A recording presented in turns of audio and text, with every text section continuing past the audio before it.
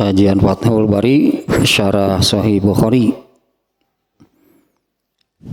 Judul besarnya Kitabul Azan. Babnya beberapa bab tentang mengangkat tangan di dalam sholat. Baru satu yang kemarin itu ini dulunya ke hal lain dulunya tentang bagaimana berdiri ketika hendak sholat ya, karena nantinya kan sholat itu sambil berdiri ya, artinya berdirinya itu yang ya berdiri itu juga yang ketika dia masuk ke dalam sholat. Kan berdirinya itu bukan sebelum sholat lalu ketika memulai sholat dengan posisi yang lain. Ini kan berdiri sebelum memulai sholat. Dan sholatnya itu dilakukan sambil berdiri. Artinya si berdirinya ini akan terbawa terus ke dalam sholat. Nah, sementara sholat itu kan wajib menghadap kiblat. Nah, maka berdirinya itu ya dengan jari-jari kaki yang diarahkan ke kiblat. Gitulah kemarinnya kesimpulannya. Ya, berdirinya ini berdiri hendak sholat, dan ketika sholat dimulai itu dalam posisi berdiri tersebut. Nah, artinya kan menghadap, sementara sholat itu wajib menghadap kiblat. Jadi berdirinya menghadap kiblat, ketika memulai sholat itu dalam keadaan berdiri tersebut, dan sholat itu harus menghadap kiblat. Nah, berarti harus terus menghadap kiblat sepanjang sholat. Dalam keadaan berdiri, maka yang bisa dihadapkan dihadapkan ke kiblat itu wajib diarahkan ke kiblat. Nah, waktu berdiri maka jari-jari kakinya itu diarahkan ke kiblat. Seperti dalam posisi lain juga, ketika dalam posisi sujud, telapak kakinya ditegakkan, jarinya dilipat menghadap kiblat. Ya, jarinya dihadapkan ke kiblat. Waktu duduk tahiyat awal, kaki kiri diduduki, telapak kaki kiri diduduki, telapak kaki kanannya posisikan tegak berdiri, jarinya dihadapkan ke kiblat. Ya, duduk terakhir juga sama, masa waktu berdiri tidak dihadapkan ke kiblat. Ya, padahal lebih sulit menghadapkan jari kaki ke kiblat ketika dalam posisi duduk dibandingkan dengan ketika posisi berdiri. Dalam posisi duduk saja kakinya dilipat, jari-jarinya dilipat menghadap ke kiblat. Masa waktu berdiri yang tidak perlu perjuangan tidak perlu perjuangan lah gitu, jarinya dihadapkan ke kiblat itu sangat mudah. Ya, kalau dalam posisi duduk jari-jarinya dihadapkan ke kiblat, nah itu perlu perjuangan, melipat gitunya, membengkokkan, melipat jari kaki supaya mengarah ke kiblat. Nah, sekarang yang tentang mengangkat tangannya sendiri, yang mengangkat tangan di dalam sholat, bab keduanya. Sekarang ini bab kedua dalam hal mengangkat tangan di dalam sholat yang ada di kitab Sahih Bukhari. Yang pertama, yang kemarin, yaitu babu raf'il yadaini fit takbiril ula.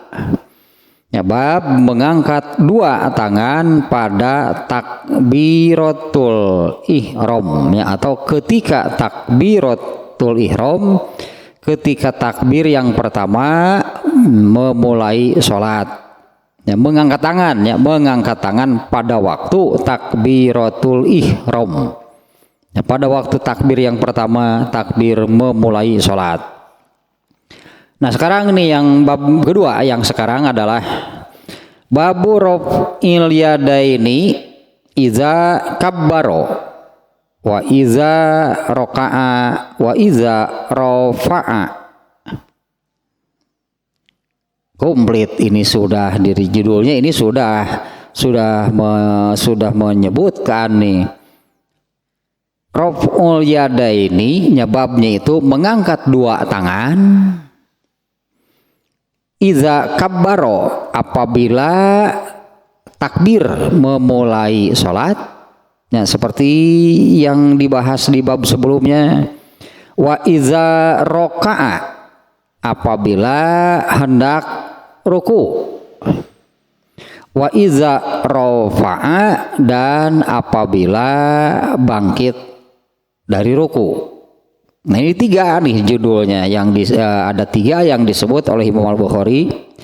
Bab mengangkat tangan, satu ketika takbiratul ihram, dua ketika bergerak untuk ketika hendak ruku, dan ketiga ketika hendak bangkit dari ruku.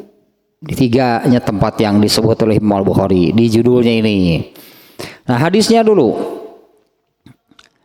Hadis yang pertama, ada dua nih hadisnya di bab ini. Di bab ini hadisnya ada dua. Yang pertama, an Abdillah ibni Umar radhiyallahu anhuma qala ra'aitu Rasulullah sallallahu alaihi wasallam iza qama fi sholati rafa'a yadaihi hatta yakuna hazwa mankibaihi.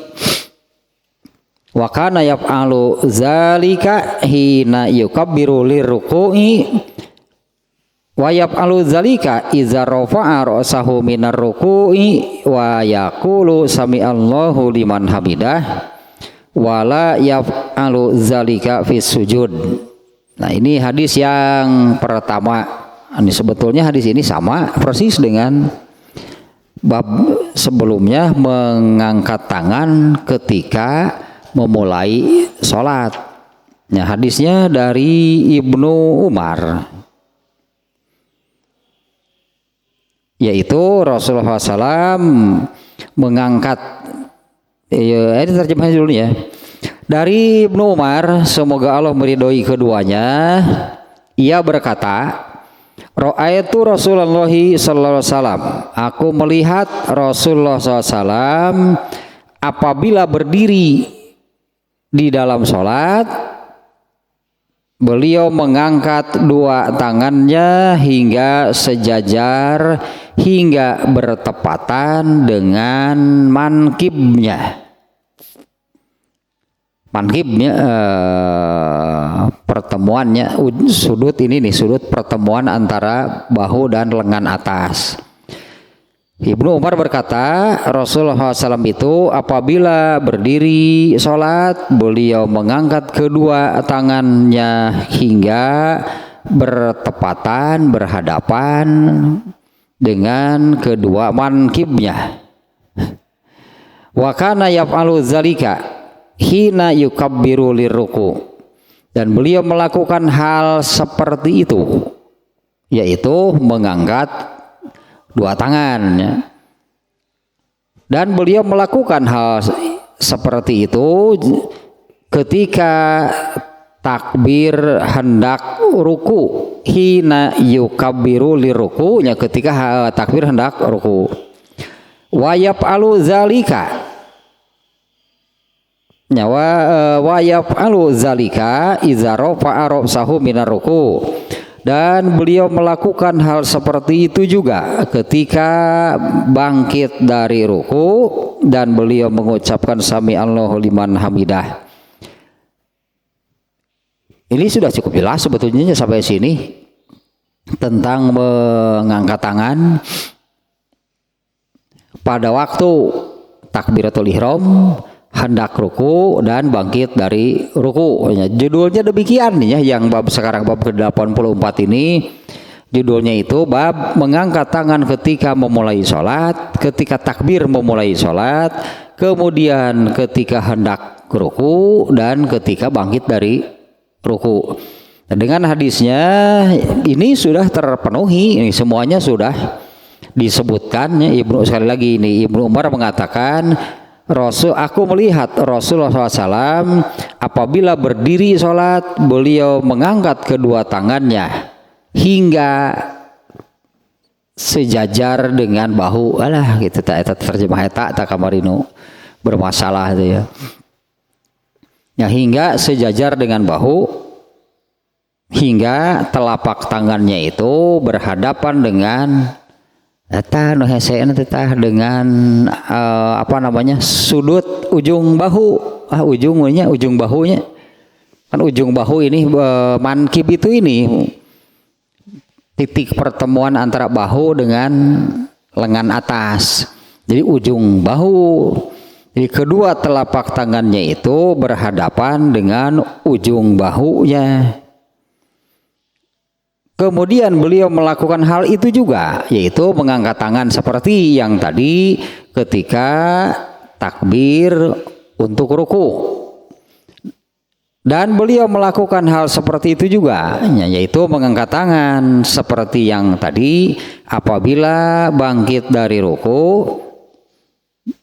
Wa yaqulu, sambil mengucapkan sami Allahu liman hamidah.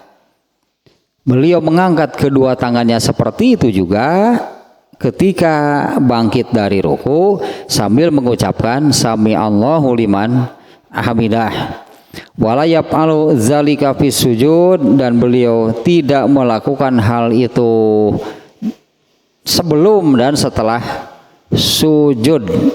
Nah, beliau tidak mengangkat tangan sebelum dan setelah sujud. Sebelum sujud itu artinya ketika bergerak untuk sujud, dan setelah sujud itu apabila sujud selesai maka masuklah ke posisi berikutnya. Nah, ketika hendak sujud dan bangkit dari sujud tidak ada yang disertai angkat tangan. Ya, ucapan takbirnya tidak disertai dengan angkat tangan. Kemudian hadis kedua, an Abi Kilabata annahu ra'a Malik bin al-Huwairisi iza shalla kabbara wa rafa'a yadaihi. Dari Malik bin al-Huwairis, dari Abu Kilabah. Dari Abu Kilabah dia mengatakan, saya melihat Malik bin al-Huwairis apabila memulai sholat, kabbaro wa rafa'a yadaihi, ia mengangkat kedua tangannya disertai dengan mengucapkan takbir. Wa iza aroda an yaraka'a wa rafa'a yadaihi, dan apabila hendak ruku beliau mengangkat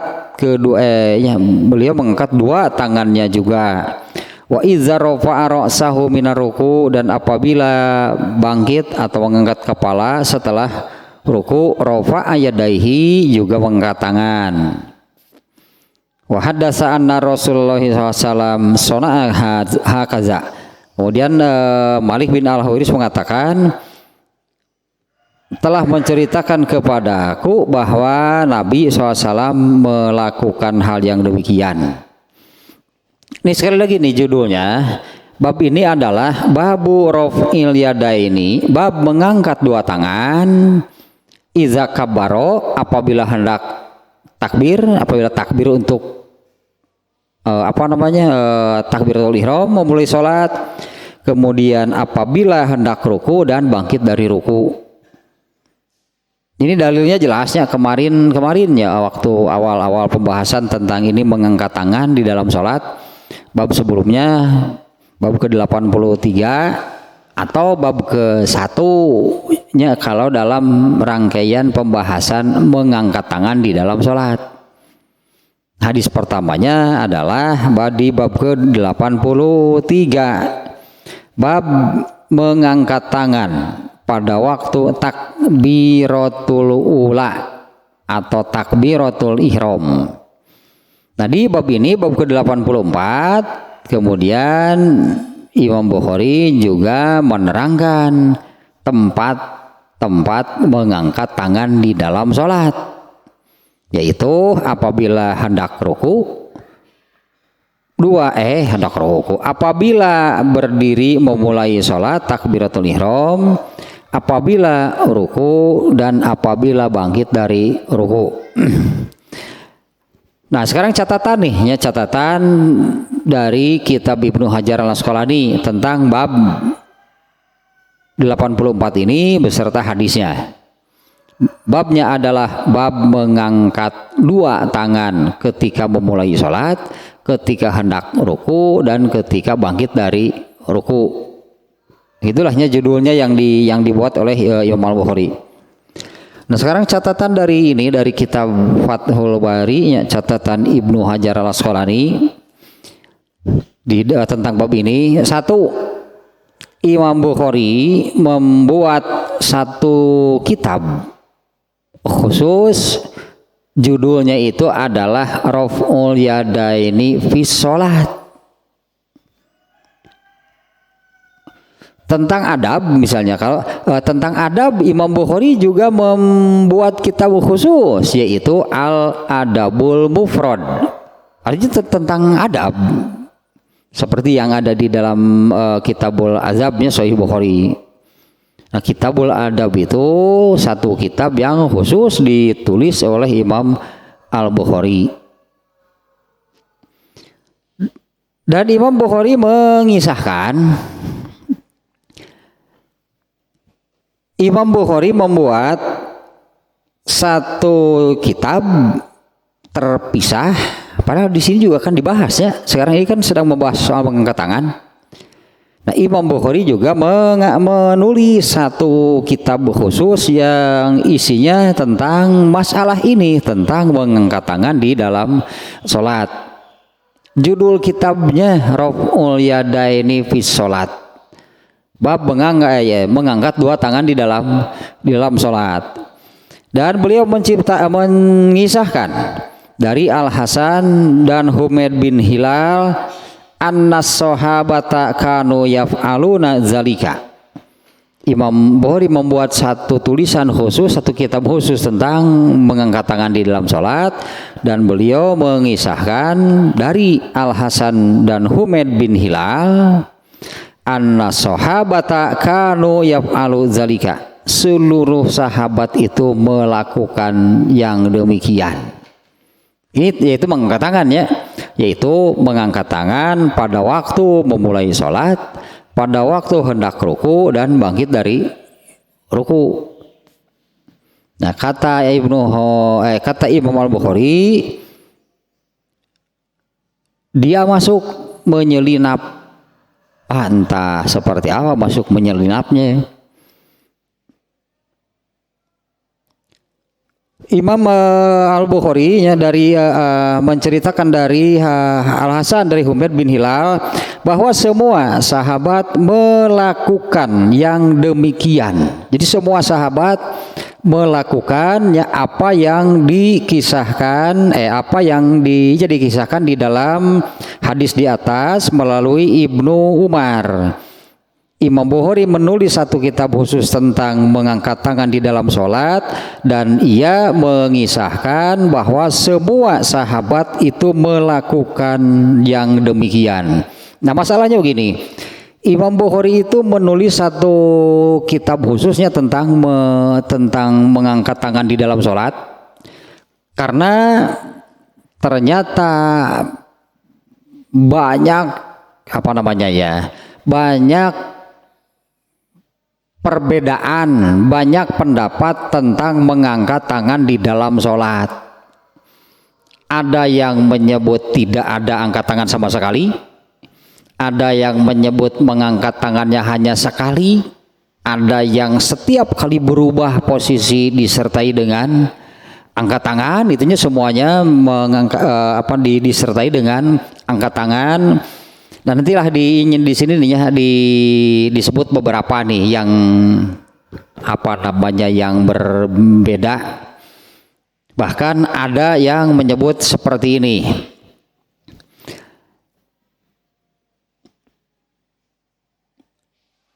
Sebagian. Nah ini kalau ikut pendapat nih ya.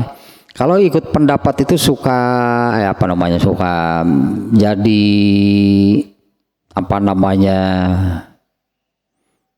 kalau kita bisa dibilang bingung sendiri kalau ikut pendapat, misalnya tentang mengangkat tangan di dalam sholat tadinya.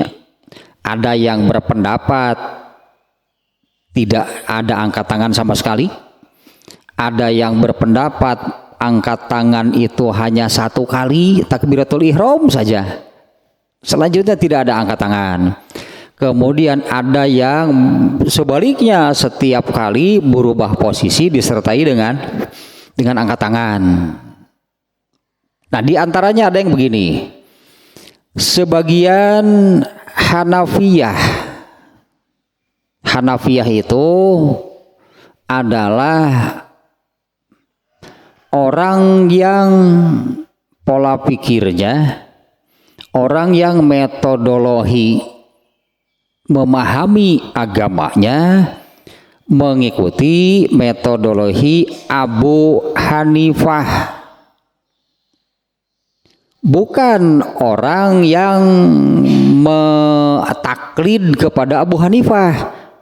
Sebutan Hanafiyah itu yaitu orang-orang yang metodologinya, pola pikirnya dalam memahami agama Islam, dalam memahami dalil itu mengikuti Abu Hanifah, disebutnya Hanafiyah atau pengikut Abu Hanifah. Makna tersebut artinya bukan orang yang taklid kepada Abu Hanifah, bukan. Sebutan Syafi'iyah juga sama. Yang disebut Syafi'iyah itu adalah orang yang metodologi memahami dalil, memahami ayat, memahami hadis, memahami agama Islam ini mengikuti metodologi pola pikir itunya, cara yang dilakukan oleh Imam Asy-Syafi'i, namanya Syafi'iyah.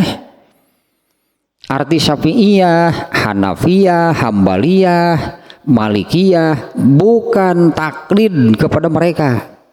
Itu salah kaprah, salah arti. Kalau yang disebut Syafi'iyah itu taklid kepada Imam Asy-Syafi'i, ya salah memaknainya. Kalau disebut Hanafiyah itu orang-orang yang taklid kepada Abu Hanifah. Nah, yang barusan lah ya ini yang disebut Hanafiyah, Malikiyah, Syafi'iyah. Sebagian Hanafiyah malah mengatakan seperti ini, mengatakan mengangkat tangan di dalam sholat itu membatalkan sholat. Bahkan ada yang sampai memaknai berpendapatnya, yaitu sebagian Hanafiyah, sebagian pengikut Abu Hanifah mengatakan bahwa mengangkat tangan di dalam sholat itu membatalkan sholat. Dan sebagian wanusiba wan nasoba ba'du mutaakhiril maghribah. Dan ini Ibnu Hajar Al-Asqalani ini ya hidup tahun 700 sekian Hijriah, lahir tahun 700 sekian Hijriah, meninggalnya tahun 800 sekian. Saya lupa lagi persisnya, jadi 700 berapa lah gitunya, 708 berapa, meninggal tahun 800 sekian. Ibnu Hajar Al-Asqalani ini mengatakan sebagian mutaakhir dari ulama-ulama Maroko, ulama Maghrib, ulama Maroko Ibnu Hajar Al-Asqalani menyebut yang akhir yang kekinian, ya kekinian harita jam sabaraha tahun berapa gitu Ibnu Hajar Al-Asqalani. Sebagian ulama Al-Maghribi, yaitu ulama Al-Maghribi itu Afrika Utara lah, Tunisia, Maroko, Aljazair gitu tah, jazirah, bukan jazirah Arab, Afrika yang justru Afrika putih, rasnya itu ras Arab. Nah, ulama Al-Maghribi saat itu mengatakan bahwa melakukannya atau mengangkat tangan di dalam sholat itu adalah bid'ah.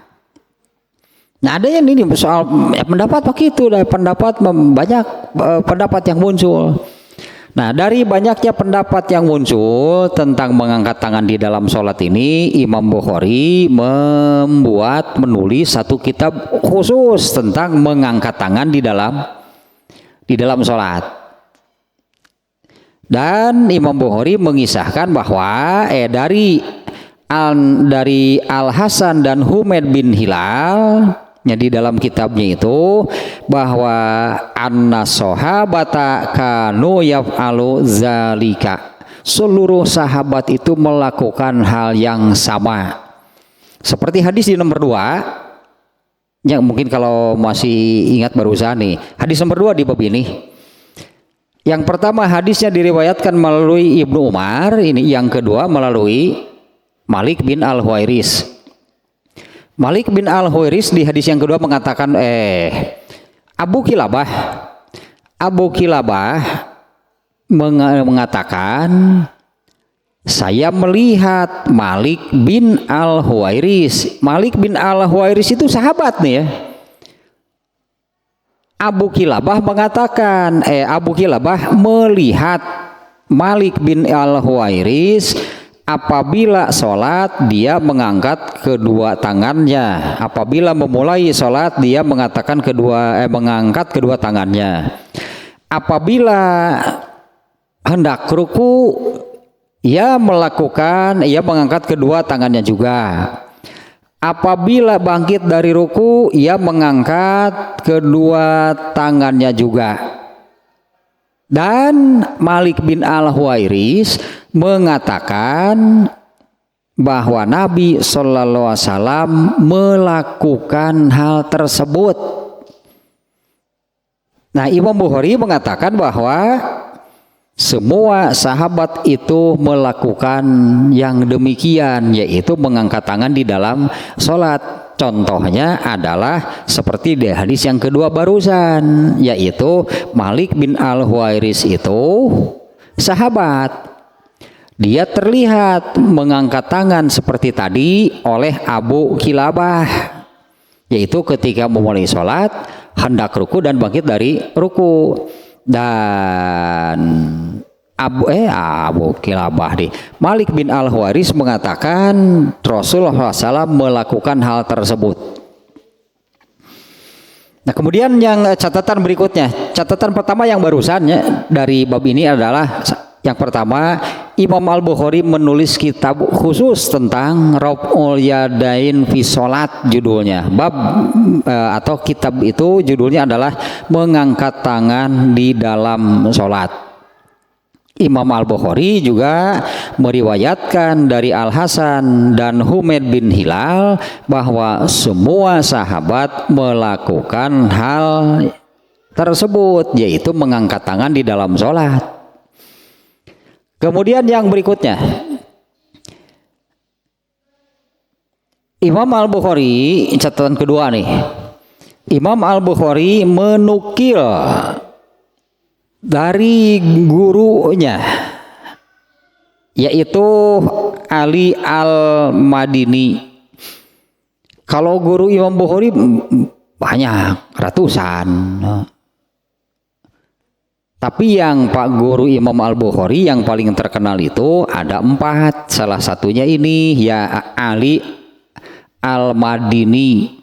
Dia yang menganjurkan kepada Imam Al-Bukhari supaya menulis satu kitab hadis yang isinya hanya hadis sahih.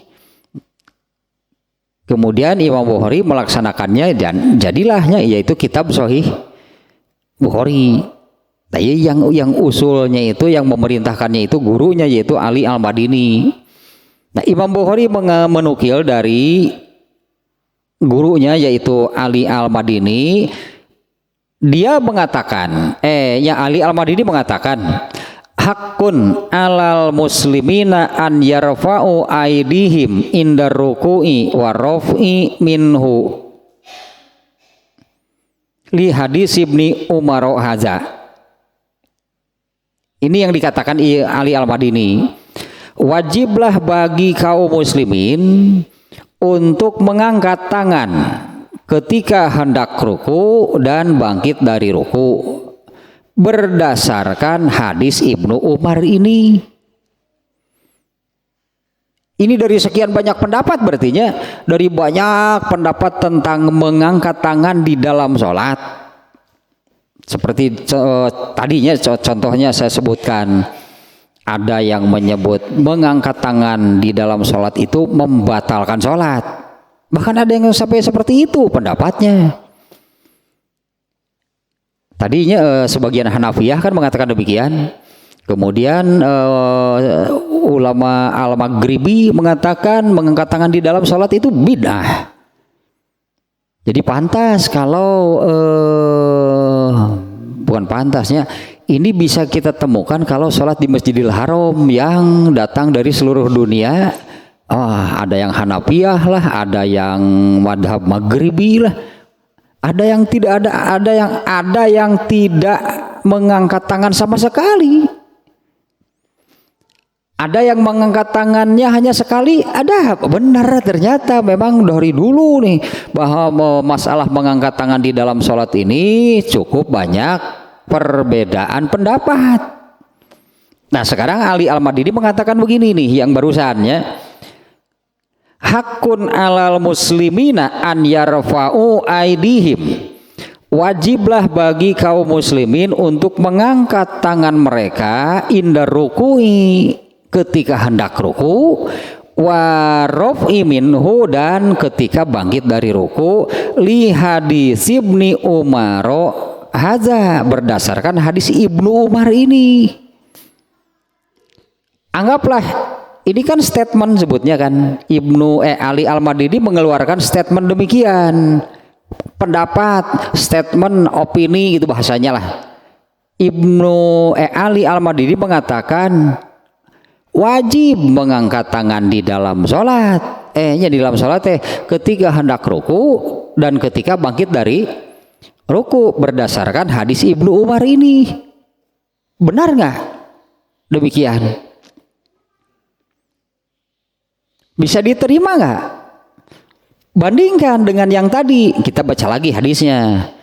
Karena Ali Al-Madini mengatakan wajiblah bagi kaum muslimin untuk mengangkat tangan ketika hendak ruku dan bangkit dari ruku berdasarkan hadis Ibnu Umar. Ini nih hadis Ibnu Umarnya, kita baca sekali lagi. An Abdillah ibni Umar radhiyallahu anhu, dari Ibnu Umar, semoga Allah meridhoi keduanya. Ia berkata, ro'aytu Rasulullahi, aku melihat Rasulullah SAW iza qoma fi sholati, apabila beliau berdiri di dalam sholat, rafa'a yadaihi, beliau mengangkat kedua tangannya. Wa kana yaf'alu zalika hina yukabbiru lirruku, dan beliau melakukan seperti itu juga ketika yukabbiru lirruku, hendak ruku. Wa yaf'alu zalika iza rafa'a ra'sahu minar ruku, dan beliau melakukan hal itu juga ketika bangkit dari ruku sambil mengucapkan wa yaqulu, sambil mengucapkan sami Allahu liman hamidah. Nah, ini dalilnya Ibnu Umar yang menerangkan demikian. Rasulullah SAW itu mengangkat tangannya, satu ketika memulai sholat, dua ketika hendak ruku, tiga ketika bangkit dari ruku. Hadisnya yang barusan. Kemudian Ali Al-Madini mengatakan wajiblah bagi kaum muslimin untuk mengangkat kedua tangannya ketika hendak ruku dan ketika bangkit dari ruku berdasarkan hadis Ibnu Umar. Bandingkan dengan sebagian Hanafiyah tadi yang mengatakan bahwa mengangkat tangan itu membatalkan sholat. Bertentangan gak dengan hadis ini? Hadis ini kan menerangkan Ibnu Umar melihat Nabi melakukan demikian, bukan Ibnu Umar yang melakukan. Ibnu Umar mengatakan aku melihat Rasulullah mengangkat tangan. Nah kalau sebagian Hanafiyah nih, waqala ba'dul Hanafiyati innahu yubtilu sholat.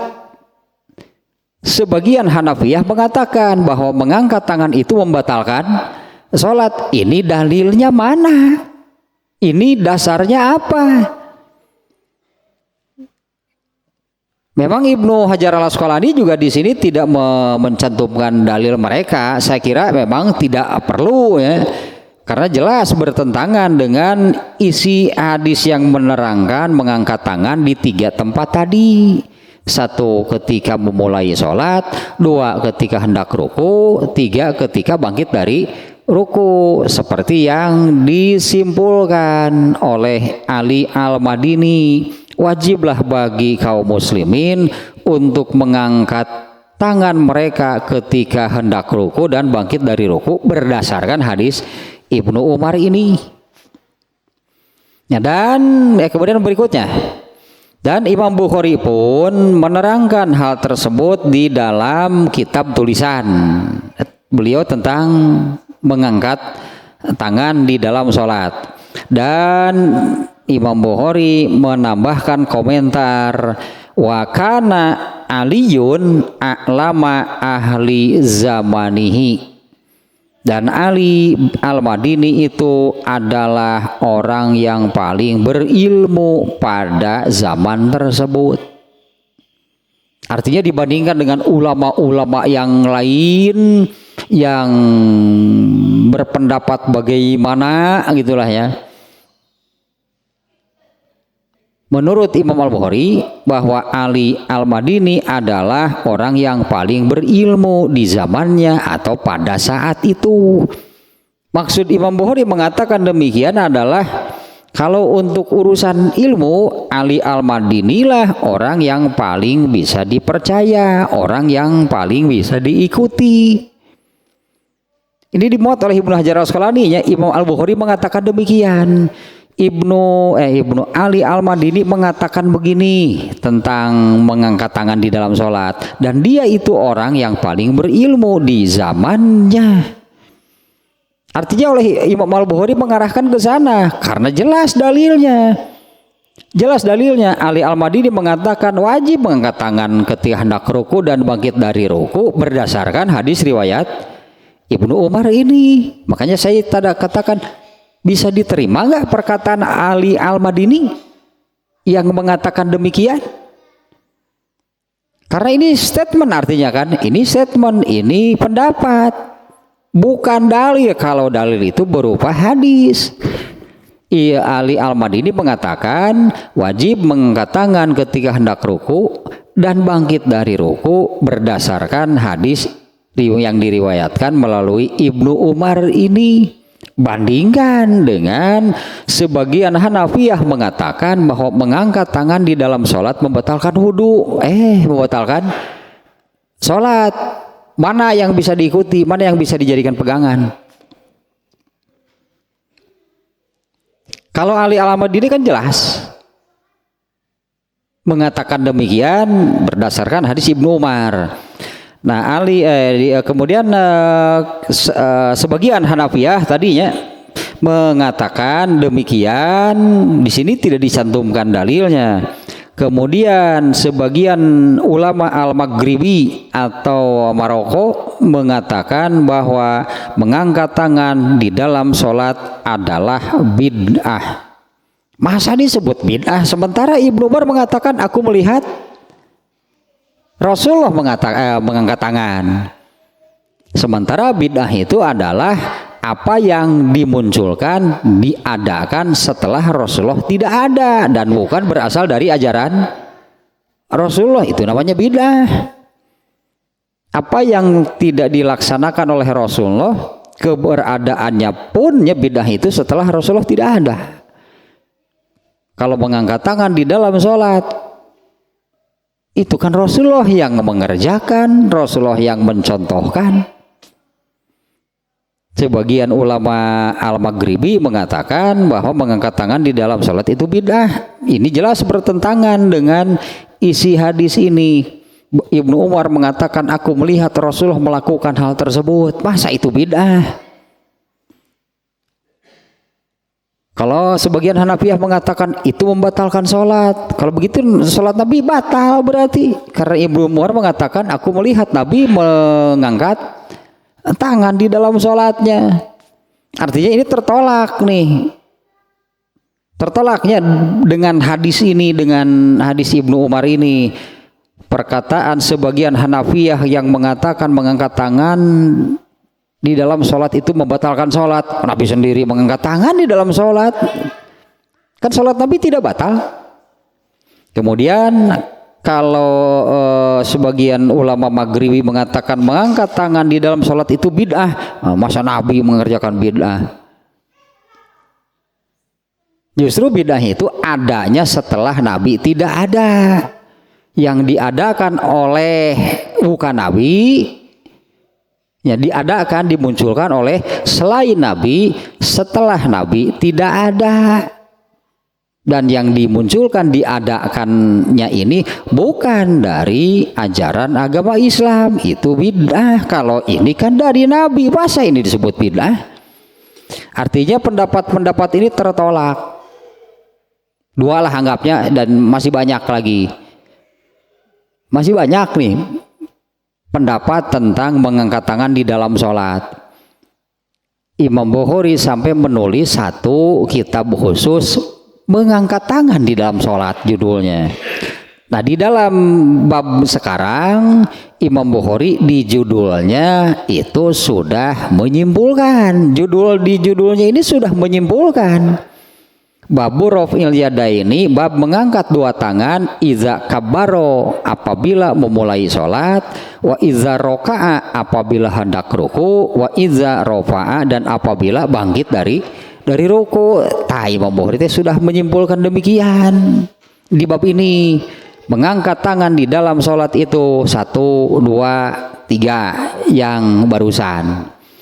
Nanti di bab berikutnya, bab terselang satu bab sih, di bab 86 berarti babu raf'il yadaini iza qoma minar rok'atain, bab mengangkat dua tangan apabila bangkit dari rokaat kedua.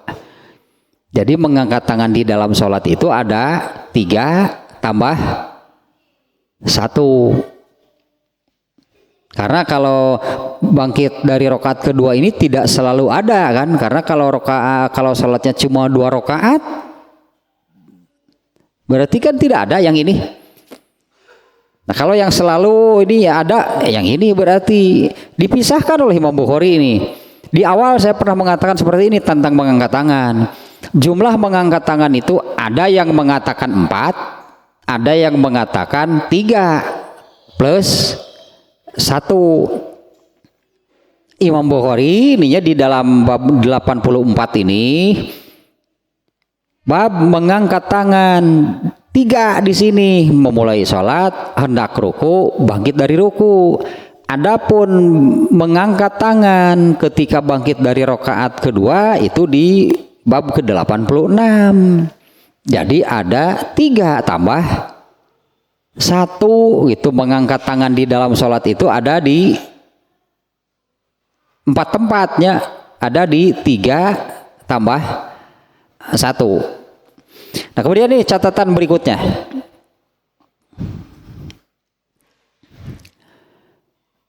Wa qad qala al-Bukhari fi juz'i raf'il yadaini.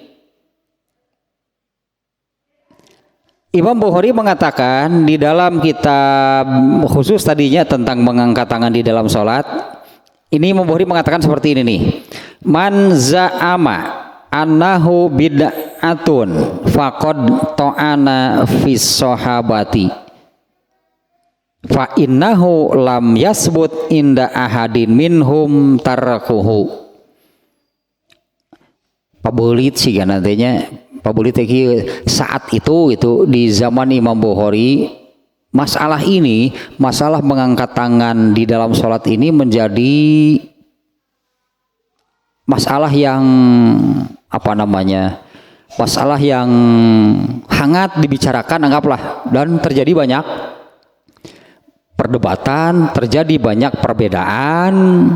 Nah sehingga Imam Bukhari merasa perlu menulis satu kitab khusus tentang babu rof'il yadaini fi sholat, judul kitab nanti.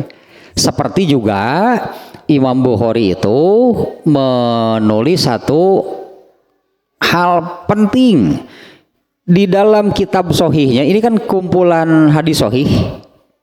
Bukan hanya sekedar kumpulannya. Kitab Sahih Bukhari itu adalah kitab yang isinya yang hadis yang ada di dalamnya itu adalah hadis sahih semuanya. Tapi kan bukan hanya sekedar mengumpulkan hadis sahih. Imam Bukhari kan membuat juga kerangka pengumpulannya, kitabul iman, kitabul wudu, kitabul haji, kitabul tauhid. Dikumpulkan hadis tentang iman semua. Nah, ada kan juga yang kebetulan kita kaji di sini kitabul adab. Yang kitabul adab. Nah, Imam Bukhari juga menulis khusus kitab terpisah judulnya Al-Adabul Mufrad. Artinya ini ada apa dengan adab? Ya, Imam Bukhari sampai menulis satu kitab khusus judulnya Al-Adabul Mufrad. Al-Adabul Mufrad adab saja. Ya adab saja gitu, al-mufrad hiji adab saja, pokoknya mah adab titik. Nah gitulah Imam Bukhari al-adabul mufrad. Nah kenapa sampai membuat, padahal di kitab sohihnya ini di dalamnya ada kitabul adab, tapi Imam Bukhari menulis secara khusus. Artinya Imam Bukhari ada perhatian, jadi perhatian nih oleh Imam Al-Bukhari tentang adab. Ada apa berarti Imam Bukhari sampai menulis demikian? Pasti ada apa-apanya. Artinya adab saat itu sudah perlu diangkat secara khusus, dibicarakan secara khusus, karena manusianya sudah mulai biadab. Kan biadab tidak beradabnya. Sebutan biadab kan berarti tidak beradab. Ada lagi kan, ada moral, dan kalau itu bukan bimoral tapi amoral. Ada bermoral dan amoral. Kalau adab beradab, kebalikannya biadab. Berarti manusianya sudah mulai biadab nih. Hanya biadab bahasa Indonesia mah kesana deh. Padahal bener kan, Imam Bukhari sudah, wah ini soal adab sudah mulai luntur, mungkinnya luntur, menurun, menipis. Itulah orang-orang Islam hidupnya tidak lagi beradabkan Islam. Diangkat oleh Imam Bukhari menulis satu kitab Al-Adabul Mufrad. Nah di sini Imam Bukhari menulis rof'ul yadain fi sholat. Ada apa dengan mengangkat tangan di dalam sholat? Saat itu sudah banyaklah pendapat, sampai seperti yang tadinya contoh-contohnya. Ini nyebut bid'ah apa itu kira-kira? Ada yang menyebut mengangkat tangan di dalam sholat itu membatalkan sholat. Liar sih Imam Bukhari itu tadi segitu jelas. Tulis Imam Bukhari itu. Nah diantaranya begini nih Imam Bukharinya yang berkomentar nih di dalam kitab tersebut.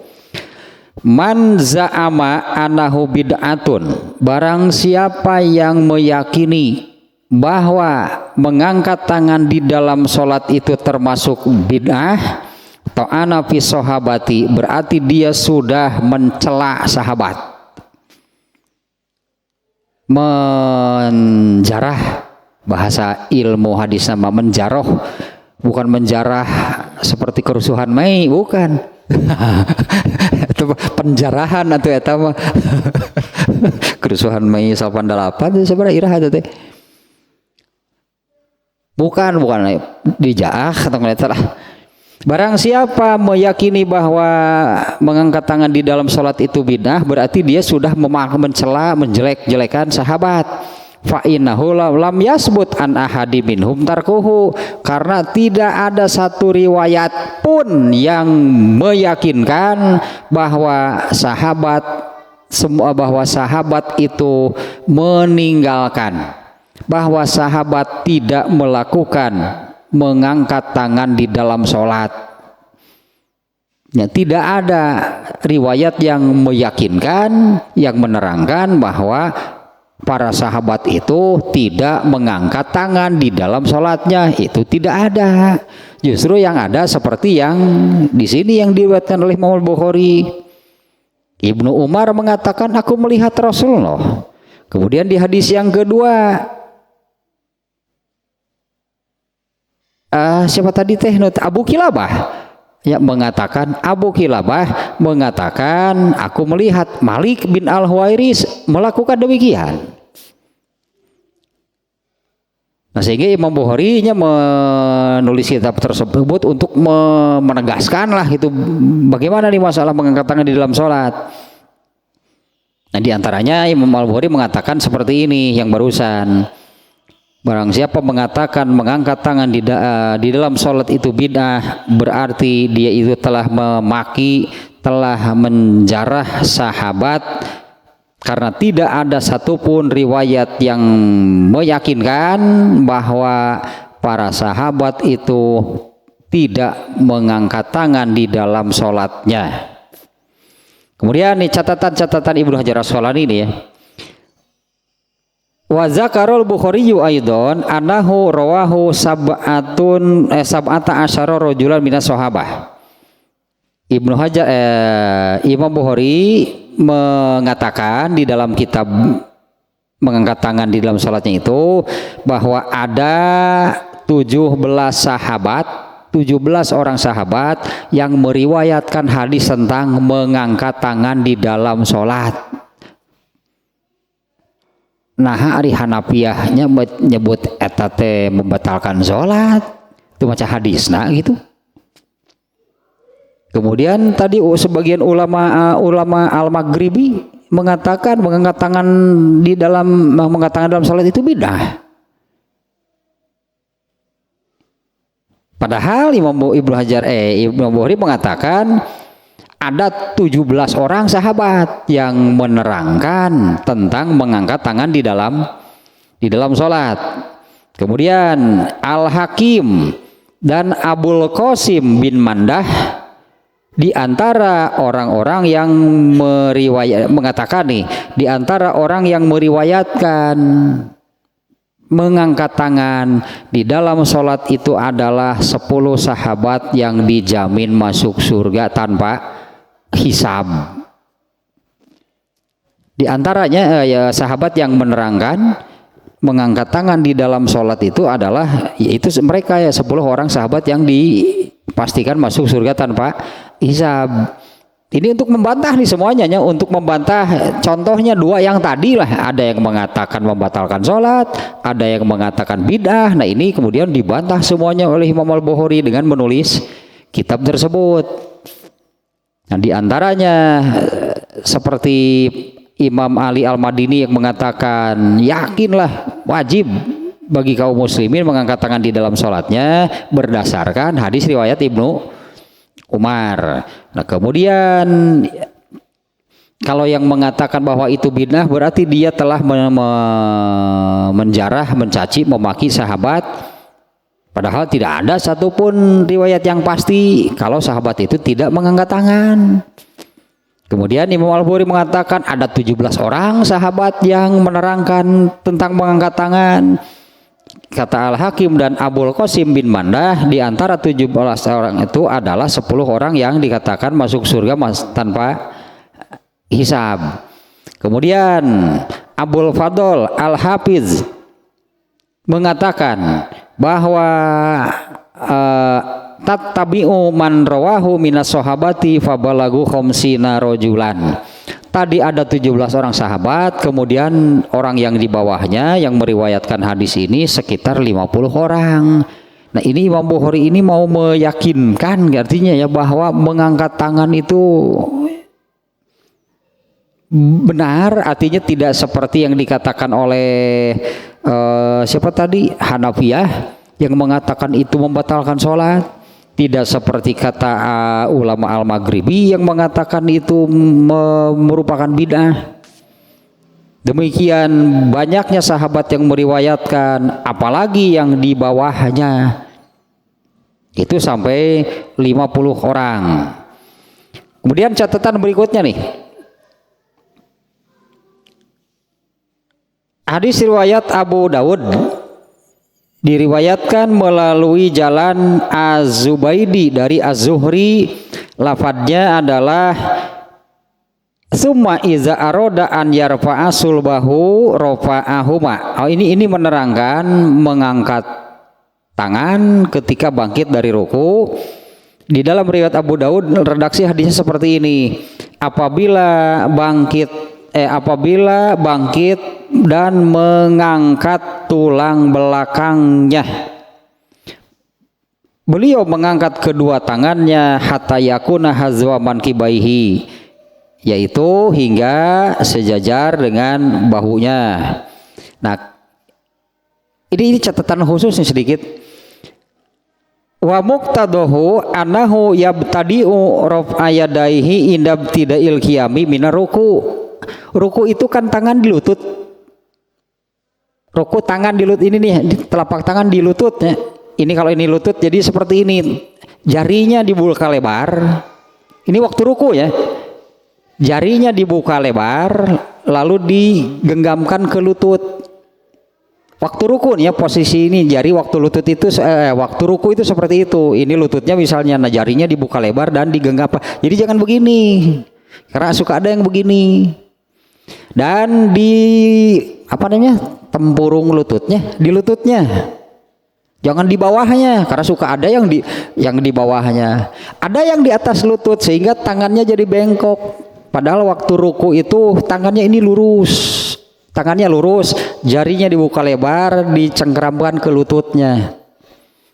Dicengkeramkan ke lututnya, bahunya agak diangkat, bahunya agak diangkat, nah itu jadi lurus tulang punggungnya. Nah, waktu mengangkat tangan bangkit dari ruku itu, annahu yabtadi'u raf'a yadaihi, mulai mengangkat tangannya itu adalah indab tidakil qiyami minar ruku, ya ketika bangkit dari ruku menuju posisi i'tidal. Jadi dari lutut saja langsung pokoknya ke sini, berarti sambil bangkit itu dari lutut bangkit, lepas dari lutut ya teruslah tangannya diangkat. Ini caranya seperti itu ya, itu annahu yabtadi'u raf'a yadaihi, memulai mengangkat tangannya itu indab tidakil qiyami, ketika mulai bangkit minar ruku dari ruku. Nah sebelumnya dalam posisi ruku tangan kan di lutut, bangkit dari ruku itu berarti tangannya lepas dari lutut itu ya langsung saja diangkat itu sambil Allahu liman hamid itu, makanya ya langsung saja diangkat dari lutut, artinya langsung diangkat seiring sejalan bersamaan gitu dengan posisi badannya yang berubah dari ruku menuju i'tidal. Nah tangannya dari lututnya langsung saja ke i'tidal sambil berdirinya mengangkat tangan. Tos teteh di dalam bab ini Imam Bukhari menerangkan 3 tempat mengangkat tangan di dalam sholat. Bab ini yaitu tentang hal tersebut. 3 tempat mengangkat tangan di dalam sholat. 1 memulai sholat takbiratul ihram, 2 hendak ruku, 3 bangkit dari ruku. Adapun yang satu lagi mengangkat tangan ketika bangkit dari rakaat yang kedua, nah itu nanti di bab 2 bab berikut. Bab ke-85-nya setelah ini, ila aina yarfa'u yadaihi, mengangkat tangan itu sampai di mana, setinggi apa mengangkat tangan. Itu ada caranya nanti. Nah di bab ini nanti Ibnu Hajar al-Asqalani menerangkan apa arti hazwa, apa arti mankib yang sering diartikan sejajar dengan bahu. Apa benar demikian gitu terjemahnya? Karena sering diartikannya mengangkat tangan itu hazwa mankibahi itu sejajar dengan bahu. Berarti di bab berikut nanti minggu depan. Nah, ila aina, sampai mana yang disebut mengangkat tangan. Kalau hadisnya sudah kita sudah terbahas di hadis yang barusan juga disebut-sebut. Iza qoma ila sholati rafa'a yadaihi hatta yakuna hazwa mankibaihi. Ini sudah disebut. Nah, tapi penjelasan nanti tentang apa itu hazwa, apa itu mankib di bab berikut nanti bab 85. Judulnya sampai mana mengangkat tangan di dalam sholat. Artinya kan soal ketinggiannya. Ketinggiannya mengangkat tangan di dalam sholat itu sampai mana. Ya nantilah di bab berikut 85.